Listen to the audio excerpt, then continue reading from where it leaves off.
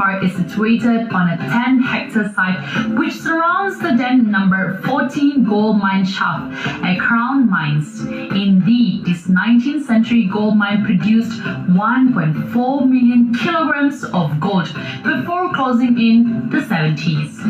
The shaft was opened in 1897, thus only 11 years after Johannesburg was established, and was part of the gold reef stretching 100 kilometers from east of Boksburg to Randfontein in the west. Using a hammer and a chisel, and it will take them 8 hours, your whole shift, just to get to one time. That's a very long time. Yeah. But now it has been modernized, okay? Now they're using the drilling machine, we call it a compressed air drilling machine. With a drilling machine, it will take them 5 minutes.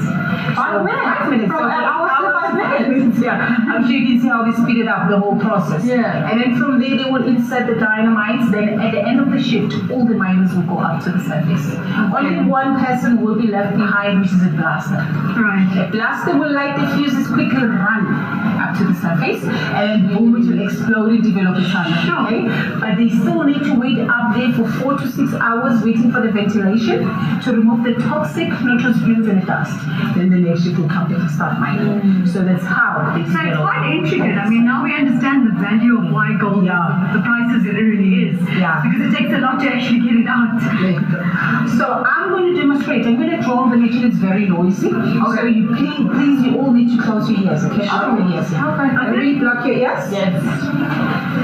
All right. Okay. This with me. All right. There we go.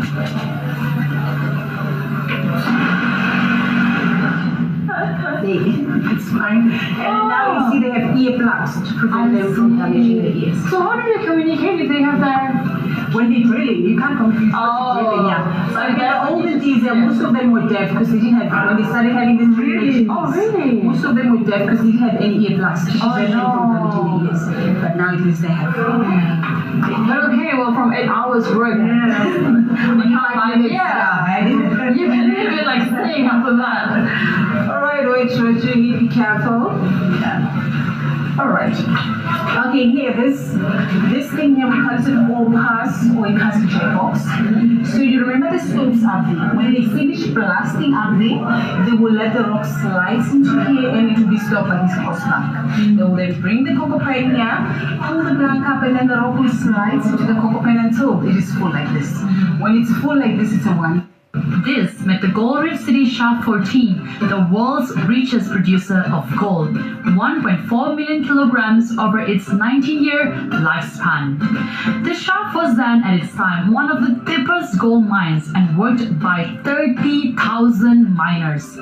Gold Mine Tour takes you back in time with a first-hand look at an old mining town, as well as the vibrant life of such a gold town. You can see we have stopes all over where they took the rock that contains gold out. Alright, we're going to stop here. Alright, these are dynamites, okay? Oh, look at that! Yeah. My surname. Alfred. Yeah, surname. Alright, again, yeah, this box holds 50 kilograms of dynamite and it must always be locked at all the times. Only specifically qualified members were allowed to handle it. And then you see this one, it's written there on top, Alfred Nobel. He invented the dynamite in 1860, okay? So yeah, that is why we have dynamite, it's because of Alfred Nobel, okay? And then when you look at this box, it's picked like that to prevent the miners from coming with candles, carpet lamp, and putting it. Oh, gosh. Very explosive, okay? Alright, we're gonna proceed. Watch your head, be careful. Alright, now they no longer use wooden boxes for explosives. Now they have metal boxes and they must always be locked. Alright, this way, please.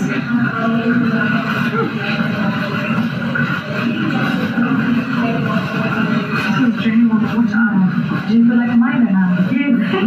we didn't do what you did. We needed to go into know, right? Alright, yeah, these are the fuses. They only separate the dynamites from the fuses unless there's a need to do the plastic. That's when they're going to connect and do the plastic.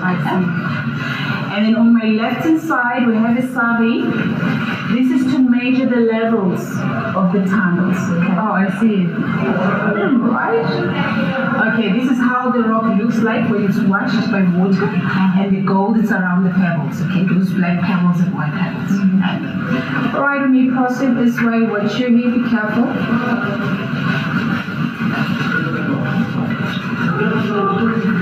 Alright, I'm going to stop here.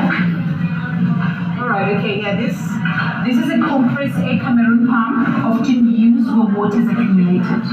This pump can pump 30,000 liters of water an hour. And underground they use a lot of water, especially for drilling, because when you're drilling into this rock, you're going to release a very fine dust.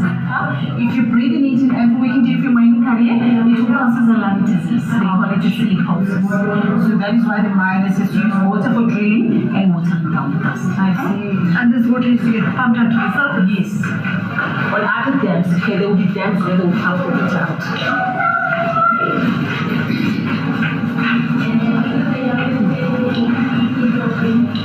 Alright. And then here, this is cheap and greasy.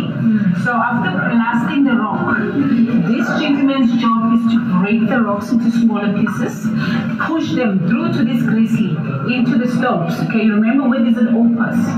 You will push the rock all the way down there, where they will pull the plank up into the copper pane, and then from there they travel the rocks up to the surface. Alright, this way, watch your steps, be careful.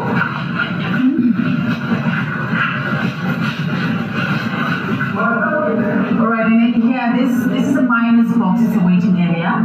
So when you're waiting down the mine, you have to have a ticket with your name, your ID, your workplace. You come on the ground, you take your ticket, you give it to your team leader who's in charge of the section that you'll be mining.